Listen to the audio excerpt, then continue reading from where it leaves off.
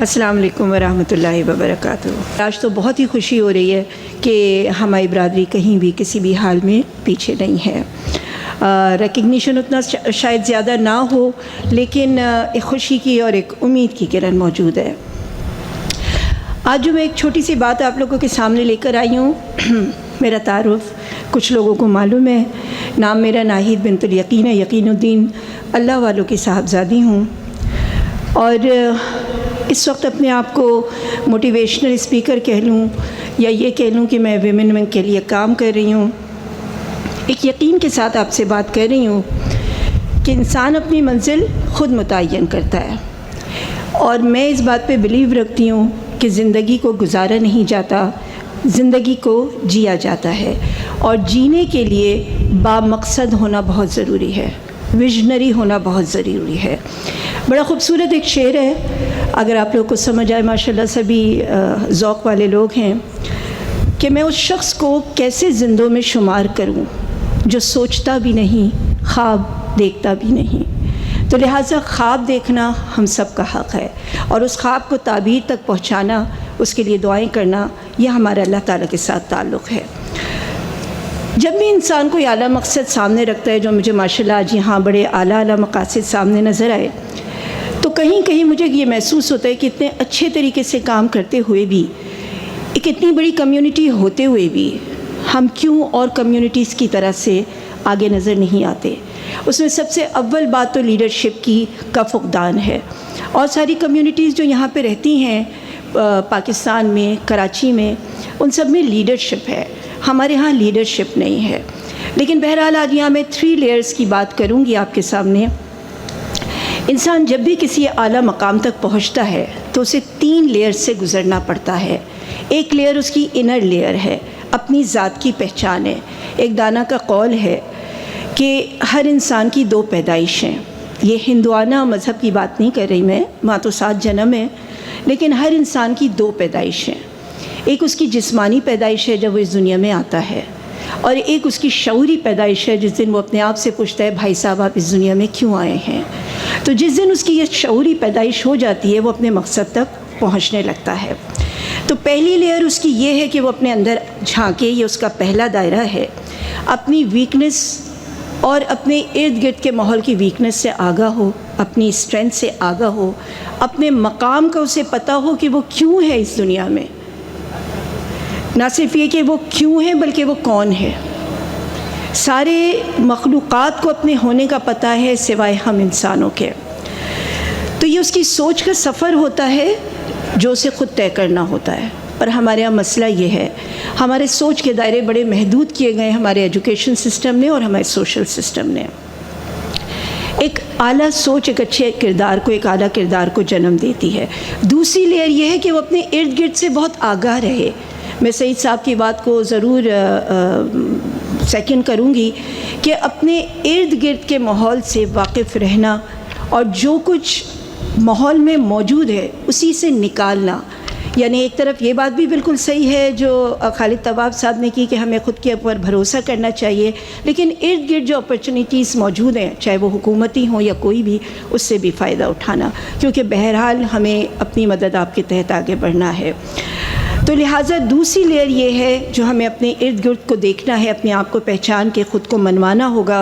ظاہر ہے دوسری قوتیں، نیگیٹو پاورز بھی موجود ہیں۔ اور تیسری لیئر ہے اپنی سمت مقرر کرنا۔ آئے تو اللہ کے پاس ہیں، جانا بھی اللہ کے پاس ہے، لیکن اس دنیا میں اپنی کوئی نہ کوئی منزل مقرر کرنا۔ اب میں اپنی بات پہ آتی ہوں کہ آپ لوگوں کا، آپ جتنے میرے بھائی یہاں بیٹھے ہیں، آپ کا خالق، اور جتنی خواتین مجھ سمیت وہاں بیٹھی ہیں، ان کا خالق ایک ہی ہے۔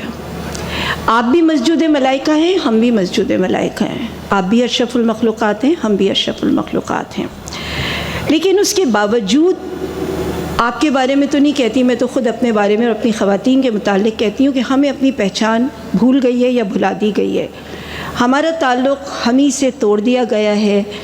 ہم اپنی پہچان میں اگر اپنے ماں سوار ہے تو وہ اپنے بھائی ازور کو بچانے کے لیے جب میدان میں نکلی تھیں تو پتہ چلا انہیں گھڑ سواری بھی آتی تھی، انہیں تیر چلانے اور تلوار چلانی بھی آتی تھی۔ وہ کسی چھپکلی سے نہیں ڈرتی تھیں، وہ کسی کاکروچ سے نہیں ڈرتی تھیں۔ اور اسی طریقے سے وہ صنف نازک بھی نہیں تھیں. شفا بنت عبداللہ مکہ اور مدینہ کی مارکیٹ مینیجر تھیں جن کو حضرت عمر نے پوسٹنگ دی تھی. تو یہ وہ شخصیات ہیں جن کے نقش قدم پہ ہم نے چلنا تھا. میرے مخاطب آپ خواتین بہنیں بھی ہیں، لیکن آج ہم صرف بیوٹی کوئین کے طور پہ پہچانی جاتی ہیں یا صنف نازک کے طور پہ پہچانی جاتی ہیں. جذباتیت سے بھرے ہوئے ہمارے ذہن ہوتے ہیں کیونکہ ہمارا براٹ اپ ایسا کیا جاتا ہے پاپا کی رانیاں کر کے. کیوں ہمارا براٹ اپ ایسا کیا جاتا ہے؟ میں ماؤں سے بھی مخاطب ہوں اور میں مردوں سے بھی مخاطب ہوں. تو لہٰذا سب سے پہلی بات تو یہ اپنے آپ کو جاننا اور پہچانا، اور پھر اس کے بعد اپنی طاقتوں کا اندازہ لگانا، اور اندر سے مطمئن اور مضبوط ہو کے اعلیٰ مقاصد کے سامنے. آپ میں سے جتنے لوگ یہاں پہ موجود ہیں وہ اس سب بات کا اعتراف اکثر و بیشتر کرتے ہیں کہ عورت معاشرے کی معمار ہوتی ہے. یہ کون سی معماریں ہیں جو ہمارے گھروں میں پل رہی ہیں؟ جو فیشن، جو میک اپ، جو بیوٹی اور ان سب کی دلدادہ ہیں، یہ کیسے انسانیت کی معمار ہو سکتی ہیں؟ کوئی مجھے یہ بات بتا دے.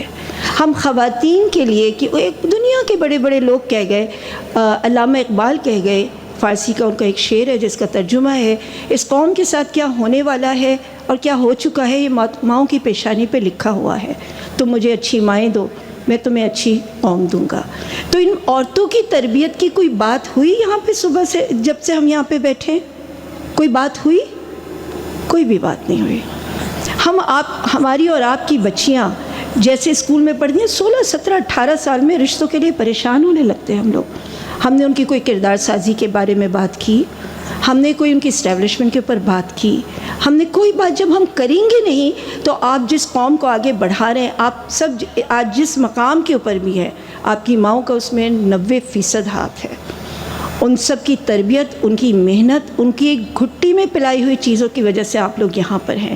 تو خدا را ان خواتین کو جو آپ کے گھروں میں رہتی ہیں، آپ کی بیٹیاں ہیں، آپ کی بہنیں ہوں، آپ کی مائیں ہوں، ان سب کو ان کا جو ایک مقام ہے نا وہ یہ ضرور دیجیے، ان کو یہ بتائیے کہ آپ لوگ اس انسانیت کی، اس قوم کی معمار ہے. ہماری برادری کی خواتین، آپ سب لوگ تو ماشاءاللہ سب بزنس مین ہیں، صبح کے گھر شام میں آتے ہیں، ماشاءاللہ اچھے بڑے لوگ ہیں، لیکن گھر میں ایک دفعہ آپ لوگ نگراں بھی ہیں نا، گھر کے قوام بھی ہیں گھر کے، اور یہ عہدے ہم بہت شوق اور عزت سے لیتے ہیں. لیکن کم از کم پلٹ کے دیکھیے اپنے گھر میں خواتین کو کہ وہ کس مقام پہ کھڑی ہیں، ان کی باتیں کس طرح کی ہوتی ہیں، ان کے خیالات، ان کی خوشیاں، ان کے غم کے دائرے کیا ہیں. اگر جہاں پہ قوم کی ماؤں کے غم کے دائرے یہ ہوں کہ میرے پاس یہ چیز نہیں ہے، یہ چیز نہیں ہے، اور خوشی کے دائرے یہ ہیں کہ ہاں میرے پاس یہ دنیا کی فیسلٹی موجود ہے، تو اس قوم کا کیا ہونے والا ہے.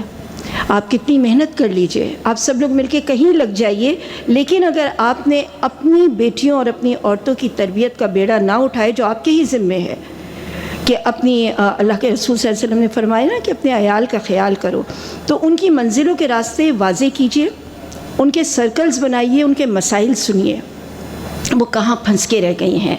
تو یہ انسان دوست سربراہی کانفرنس ہے جو انگریزی میں اس کا نام آپ نے رکھا، اور اس کا ترجمہ بھی یہاں پہ کسی نے کیا بڑا خوبصورت.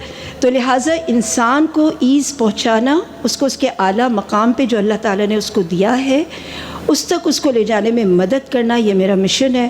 اور میں آخر میں آپ لوگوں کی بہت زیادہ مشکور ہوں کہ آپ لوگوں نے کچھ الفاظ کا یہاں پہ مجھے موقع دیا، اور اس میں بہت زیادہ مشکور. مجھے نہیں پتہ یہاں سعید صاحب موجود ہیں یا نہیں ہیں، سعید اللہ والے اور طارق بھائی اور ہماری یہ پوری DPSF، کہ جنہوں نے یہ موقع مجھے دیا ہے کہ میں ان کے پلیٹ فارم سے خواتین کی سربراہی کر رہی ہوں، چیئر کر رہی ہوں.